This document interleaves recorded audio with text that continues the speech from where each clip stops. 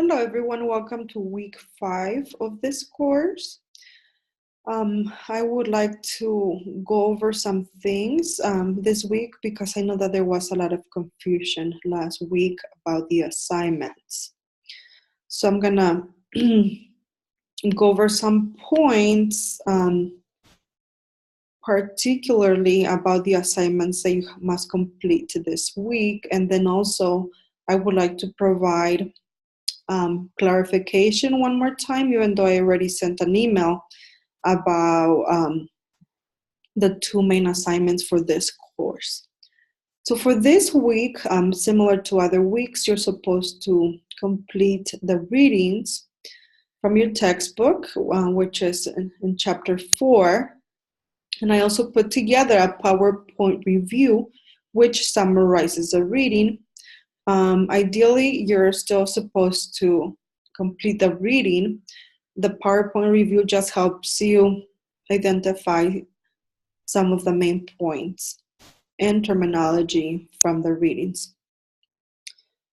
After you read chapter 4 in your textbook, you should engage in week 5 discussion. And the questions for this week focus on the concepts of the readings, particularly the first prompt focuses on a story that is found at the beginning of chapter 4 in your textbook. It's about 2 different women who come from different backgrounds, particularly race and class. And the story talks about how even though the different women used to live, in the same place, used to be roommates, and they also used to go to the same school, their experience is different as a result of different intersecting factors, which includes their race and class. So please take the time to read the story and then participate in the discussion. The other prompt focuses on 2 important terms for this week. One is social stratification and the other one is intersectionality.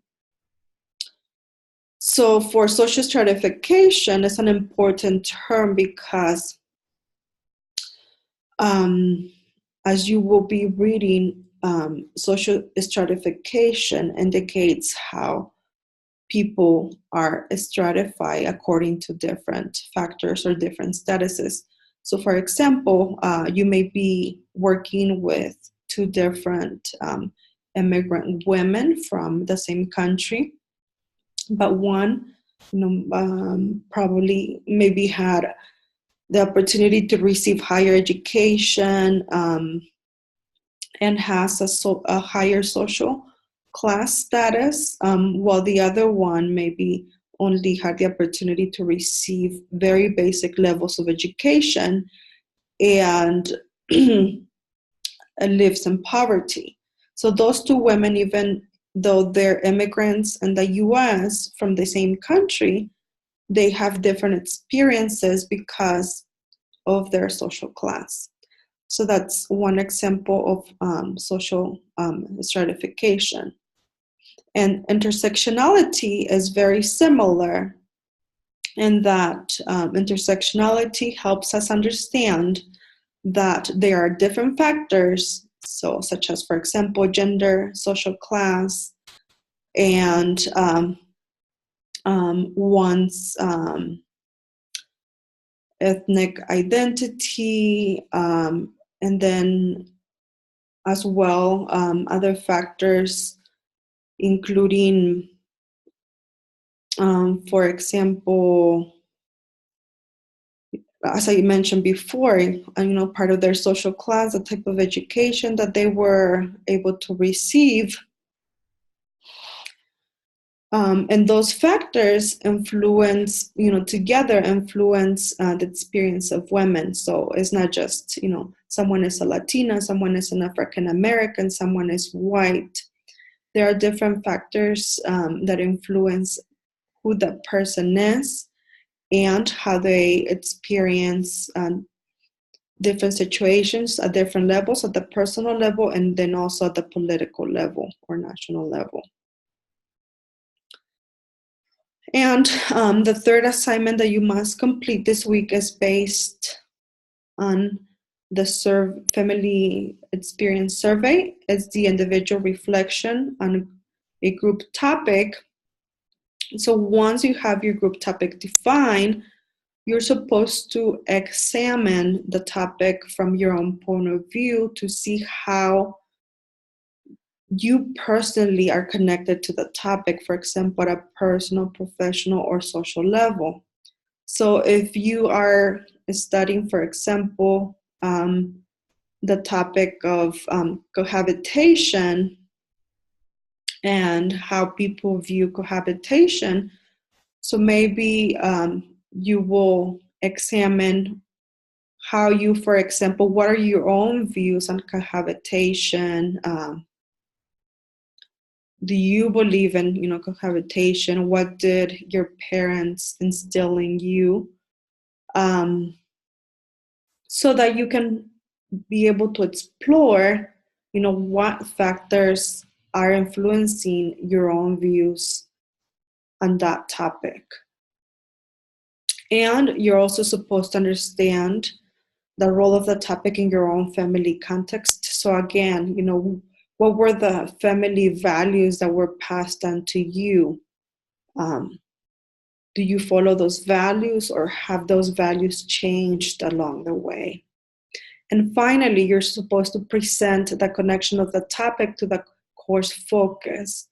So you're supposed to take into consideration, how does this topic fit with the overall focus of this course?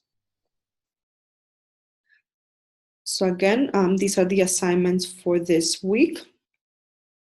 And I already sent an email out, but I just also wanted to provide another overview of the 2 major assignments.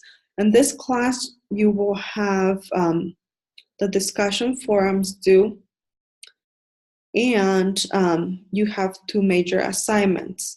And these 2 major assignments include the literature review, which is a completely individual assignment. So yesterday you were supposed to submit the topic for your literature review. On October 21st, you're supposed to submit a draft of this literature review, and I will provide more details about the draft pretty soon. And once you submit your draft, you're going to exchange papers so that you can provide peer review. And once you have received the peer review from your classmates, you will make corrections, obviously, and I will also provide feedback. And you will submit your final draft on November 18th. And again, this is an individual assignment. And as I discussed last week, the topics for the literature review can be, there's a lot of possibilities. And some of the topics that you had submitted for the Family Experience Survey would actually be good topics for your literature review. I will review your topics for your review hopefully by Wednesday night, so that you can receive feedback about your topic. But some topics that you submitted that are associational in nature, for example, what is the association between parental involvement and academic success, would be good topics for the literature review. You can also, for example, some people are interested in reviewing or researching the association or statistics on couples who cohabitate before marriage and divorce rates. And you can also explore that based on different cultural factors like socioeconomic factors or ethnic or racial factors. The second assignment is a family experience survey. And for this assignment, some parts you will be completing individually and some as a group. So for example, the group topic selection, it's a group endeavor. So you were supposed to do that together as a group and come to an agreement. The assignment for this week, the individual reflection, that's an individual assignment more based on your own reflection. And later on September 30th, you will be submitting a family interview plan. That will be an individual assignment because you will provide more detail as to which family members you will be interviewing and when, and what questions you will be asking your family members during the interview.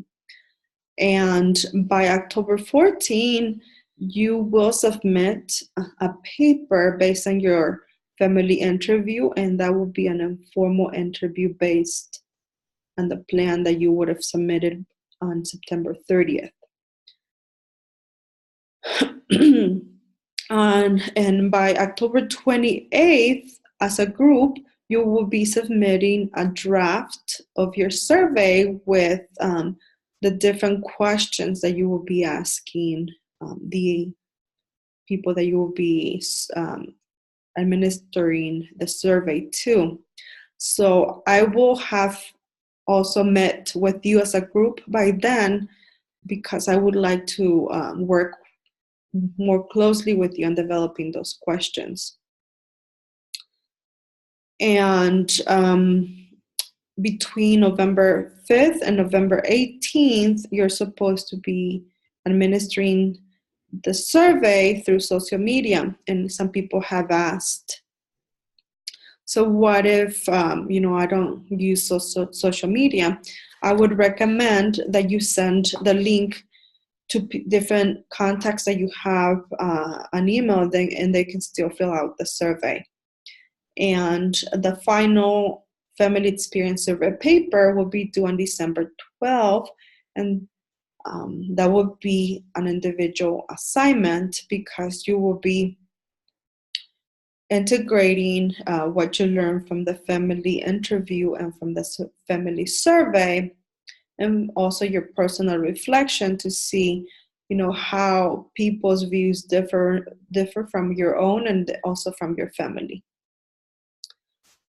So, finally, I know that some people have been emailing me about grades.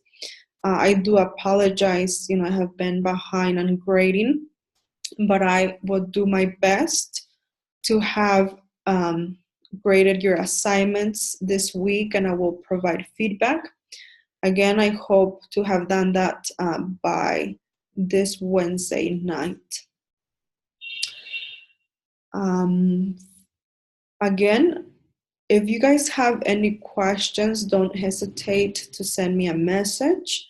And please know that I'm always available to meet via Zoom. I know that some people prefer to talk things through instead of messaging back and forth. So I'm always available to meet virtually. Again, have a great week. And I hope this week goes well and that things are more clear to you. If not, please let me know. Thank you.